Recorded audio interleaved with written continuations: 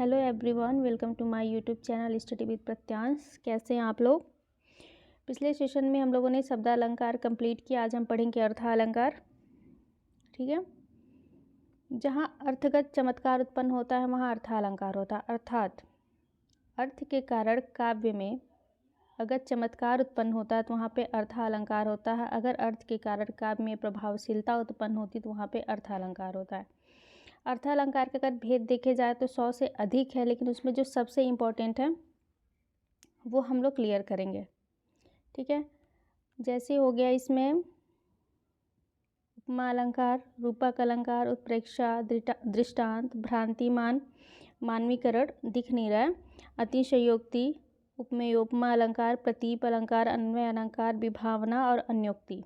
ये इतने अलंकार है जो हमें पढ़ने हैं, जहाँ से एग्जाम में क्वेश्चन पूछे जाते हैं। ठीक है। तो अब हम पढ़ेंगे उपमा अलंकार। मैं आपको उपमा अलंकार समझा रही हूँ, जो पीडीएफ में है मैं वही आपको पढ़ाऊँगी। यहाँ से अगर आप लोगों को कुछ नोट करना है, अगर आप लोग को अच्छा लगे तो आप नोट कर सकते हैं, बाकी तो सारा कुछ पीडीएफ में है ही। ठीक है। उपमा अलंकार।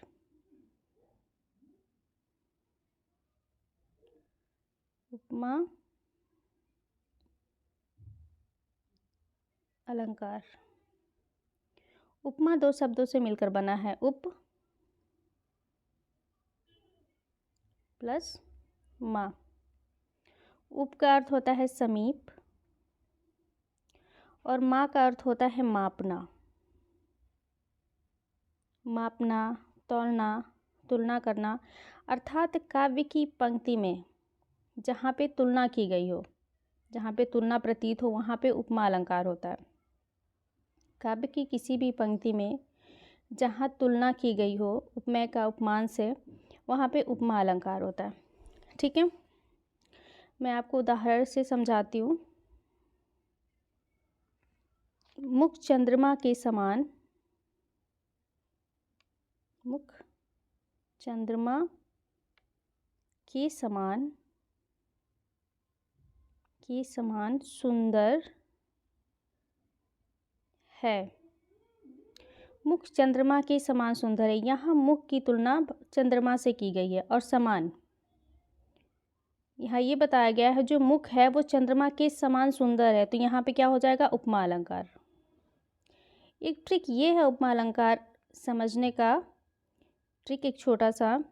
अगर पंक्ति में कहीं भी आपको सा, सी, से, समान, तुल्य आदि शब्द दिखे तो वहाँ पे कौन सा अलंकार होता है, तो वहाँ पे उपमा अलंकार होता है। उपमा अलंकार पकड़ने का ये सबसे अच्छा तरीका, अगर आपको पंक्ति में कहीं भी सा, सी, से, समान, तुल्य आदि दिखे तो आप समझ जाना कि वहाँ पे उपमा अलंकार है। ठीक है। अब हमें पढ़ना है उपमा अलंकार के अंग। जैसे हमारे शरीर है, हमारे शरीर में अलग अलग अंग है, हाथ है, पैर है, सिर है, गर्दन है, वैसे उपमा अलंकार के भी अंग है। और उपमा अलंकार के अंगों की संख्या कितनी है, 4 है। पहला क्या है, उपमेय, दूसरा उपमान, तीसरा वाचक शब्द और चौथा है समान गुण। तो आजकल एग्ज़ाम में क्वेश्चन ऐसे पूछे जाते हैं कि एक पंक्ति दे दी जाती है। ठीक है। उसमें आपसे पूछ लेगा कि इसमें बताओ उपमेय कहाँ है, या उपमान कहाँ है, या वाचक शब्द कहाँ है, या समान गुण कहाँ है। तो हम एक उदाहरण से इसको समझने की कोशिश करेंगे। ठीक है। मैं आपको समझाने की कोशिश करती हूँ।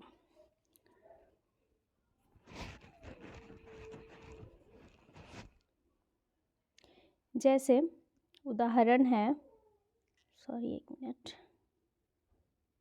उदाहरण ये है, राधा बदन चंद्र सो सुंदर। राधा बदन चंद्र सो सुंदर। अब आपसे क्वेश्चन ये पूछेगा कि इस पंक्ति में बताओ उपमेय कहाँ है, उपमान कहाँ है, या फिर वाचक शब्द पूछ लेगा, या आपसे साधारण गुण, साधारण धर्म, सामान्य गुण या सामान्य धर्म, कुछ भी, ठीक है। तो उपमेय, उपमेय क्या होता है कि जिसकी तुलना करते हैं, जिसकी हम तुलना करेंगे वो उपमेय होगा और जिससे तुलना करेंगे वो उपमान होगा। उपमान को समझने का एक तरीका ये भी है कि उपमान जो होगा ना, उपमान, अगर हम लास्ट में देखेंगे मान, तो मान का अर्थ क्या निकलता है? घमंड, घमंड। और घमंड उन्हीं के पास होता है जो प्रसिद्ध होते हैं, जिनके अंदर कोई गुण होता है, ठीक है। तो उपमान समझने का एक ट्रिक ये भी है कि अगर पंक्ति में कोई भी ऐसा शब्द दिखे जो प्रसिद्ध हो तो समझ जाना वहाँ पे उपमान होगा। जैसे चंद्रमा, चंद्रमा प्रसिद्ध है अपनी चमक के लिए, ठीक है, तो ये उपमान हो गया। राधा बदन, इसकी तुलना, राधा जी की तुलना की जा रही है, तो ये हो जाएंगी उपमेय, ये हो जाएंगी उपमेय। जिसकी तुलना की जाए वो उपमेय है, जिससे तुलना की जाए वो उपमान है, ठीक है। ये जो सा, सी, से, समान, तुल्य, ये जो आता है ये होते हैं वाचक शब्द, याद रखना कि ये वाचक शब्द है, ठीक है। अब बचा ये सुंदर, तो कैसे हैं? सुंदर है, उसका गुण क्या है कि सुंदरता से सुंदर है, ठीक है। चंद्रमा से तुलना की जा रही है, चंद्रमा सुंदर है, राधा भी सुंदर है, तो समान गुण क्या हो जाएगा? समान, मैं कहाँ लिखूँ, एक सेकेंड, मैं यहाँ लिख देती हूँ, समान, समान और गुण, ठीक है, समान गुण, ठीक है। समझ आया? मैं एक बार फिर समझाने की कोशिश करती हूँ। राधा बदन चंद्र सो सुंदर, ठीक है। राधा इसमें उपमेय हो जाएंगी, चंद्रमा उपमान हो जाएगा, सो वाचक शब्द हो जाएगा और सुंदर क्या हो जाएगा? साधारण गुण हो जाएगा, ठीक है। जिससे, जिसकी तुलना की जाए वो उपमेय होता है, जिससे तुलना की जाए वो उपमान होता है। सा, सी, से जो होते हैं वो वाचक शब्द होते हैं और जो गुण होता है वो साधारण गुण होगा, मतलब जैसे सुंदर है, प्रसिद्ध है, ठीक है, तो वो हो जाएगा समान गुण, ठीक है। ये हमारा हो गया उपमेय, उपमान, वाचक शब्द और समान गुण, जो उपमा के 4 अंग हैं, ये हमारे क्लियर हो गए। अब हम पढ़ेंगे उपमा अलंकार के भेद। उपमा अलंकार के भेद, ये जितना मैं आपको समझा रही हूँ ना, PDF में सब लिखा हुआ है, मैं बस आपको यहाँ पे समझा रही हूँ ताकि सारी चीज़ें आपके क्लियर हो जाए। ये 3 प्रकार के होते हैं, मैं आपको पीछे चल के दिखा देती हूँ, सॉरी। ये देखिए, उपमा अलंकार के 3 प्रमुख भेद हैं, प्रूढ़ोपमा अलंकार, लुप्तोपमा अलंकार और मालोपमा अलंकार। प्रूढ़ोपमा अलंकार कहाँ होगा? जहाँ अलंकार के चारों अंग उपस्थित होंगे वहाँ पे होगा प्रूढ़ोपमा अलंकार। वहीं लुप्तोपमा अलंकार क्या होगा? नाम से ही लग रहा है कि लुप्त, यानी कि कुछ ना कुछ इसमें गायब रहेगा, चाहे एक धर्म गायब, चाहे एक अंग गायब रहेंगे, चाहे 2 अंग गायब रहेंगे, लेकिन इसमें कुछ ना कुछ मिसिंग रहेगा, ठीक है। मालोपमा अलंकार, जिसमें जो उपमान होगा ना वो एक ना हो के 2, 3 होगा, जिससे तुलना की जाएगी वो संख्या में 2 या 3 होगा, एक नहीं होगा, वो मालोपमा अलंकार होगा, ठीक है। मैं आपको ये भी समझाने की कोशिश करती हूँ, 1 मिनट।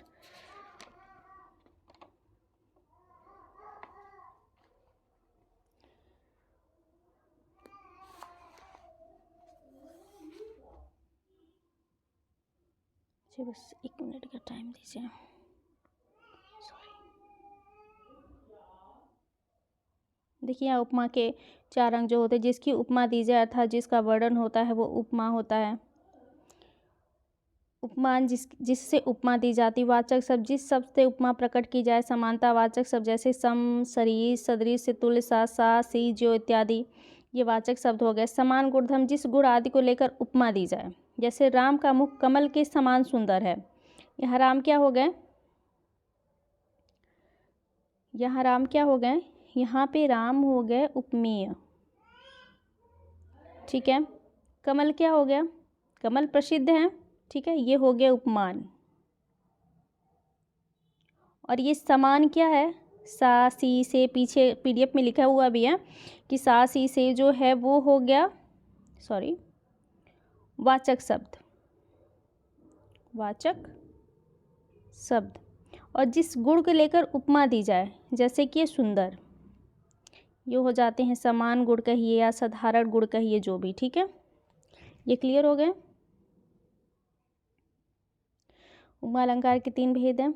देखिए, जब उपमा के चारों अंग सबका उल्लेख होता वहाँ पूर्वोपमा अलंकार होगा। जहाँ उपमा के चारों अंगों में से किसी ऐसे ही एक या अधिक का शब्दतः कथन नहीं किया जाता वहाँ लुप्तोपमा अलंकार होता है। जो मैंने आपको समझाया कि 1 या 2 अंग जो होंगे ना उपमा अलंकार के, वो गायब रहेंगे, मतलब कुछ ना कुछ तो इसमें लुप्त रहेगा, तो वहाँ पे ये अलंकार हो जाएगा। मालोपमा में क्या होता है कि जहाँ किसी कथन में एक ही उपमा के अनेक उपमान होते हैं, वहाँ मालोपमा अलंकार होता है। जैसे कुसुम सा हंसता हुआ प्राणेश्वरी का मुख रहा। अब यहाँ प्राणेश्वरी का मुख से समझ रहे हैं आप कि क्या है, एक सेकेंड, प्राणेश्वरी का मुख यानी यहाँ पे राधा रानी की बात की गई है, राधा की बात की गई है। अब मैं आपको यहाँ पे क्लियर करती हूँ कि कैसे यहाँ पे जो उपमान है वो अनेक है।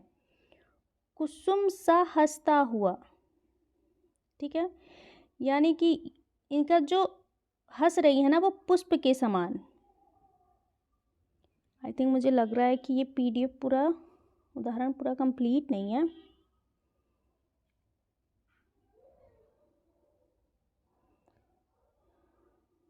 हाँ जी, ये उदाहरण पूरा कंप्लीट नहीं है। मैं आपको नए सेशन में इसका उदाहरण के साथ में लेके आपको मिलती हूँ, मैं आपको अच्छी तरह से समझा दूँगी। बाकी आपको वीडियोज़ कैसे लगे आप ज़रूर बताना। मिलते हैं नेक्स्ट वीडियो में।